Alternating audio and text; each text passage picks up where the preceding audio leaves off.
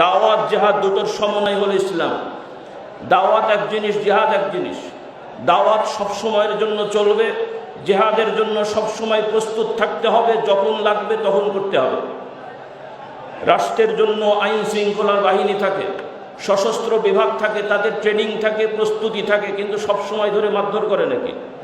যখন যা লাগবে তখন তা করবে। তো ইমানদার সবসময় জিহাদের অনুপ্রেরণায় প্রস্তুত থাকবে, নিজের ঈমান আমল, নিজের মর্যাদা ধরে রাখার জন্যে, নিজের রাষ্ট্রের সার্বভৌমত্ব স্বাধীনতা ধরে রাখার জন্যে যদি জীবন দিতে হয় তাই দিতে হবে, তবে শুধু দিতে হবে না, বরং নিতে হবে। যদি কেউ আমাকে মারতে আসে, প্রয়োজনে বাঁচতে না পারলেও মরবো, তবে 10টা নিয়ে মরতে হবে, এই চেষ্টা থাকতে হবে। এজন্য নিজের ঈমান আমলের ব্যাপারে কাউকে কোনো ছাড় দেওয়ার সুযোগ নেই। টাকা পয়সার ছাড় দেওয়া যেতে পারে, দুনিয়ার সম্মানে ছাড় দেওয়া যেতে পারে। আমরা ত্যাগে বিশ্বাসী। ইমাম হাসান হুসাইন ত্যাগ করেছেন, আমরা বিশ্বাস করেছি, বলি আলহামদুলিল্লাহ। আমরা চড়াও হইনি, জালেম নই।